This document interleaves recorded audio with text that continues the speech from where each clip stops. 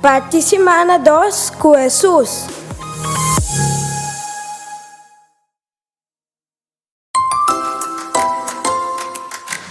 Ito ba?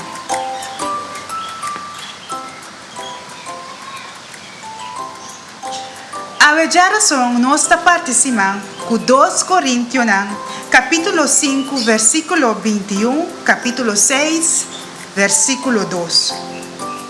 Cristo estava sem pecar, pero Deus apone nos pecar na riba de, para assim a Deus por aceitar-nos como justo. Para sombra eta bisa, na momento apropriado, me escuta boa oração. Ora é dia de liberação a chega, me sali para ajudar. Entende? Essa aqui é o momento apropriado.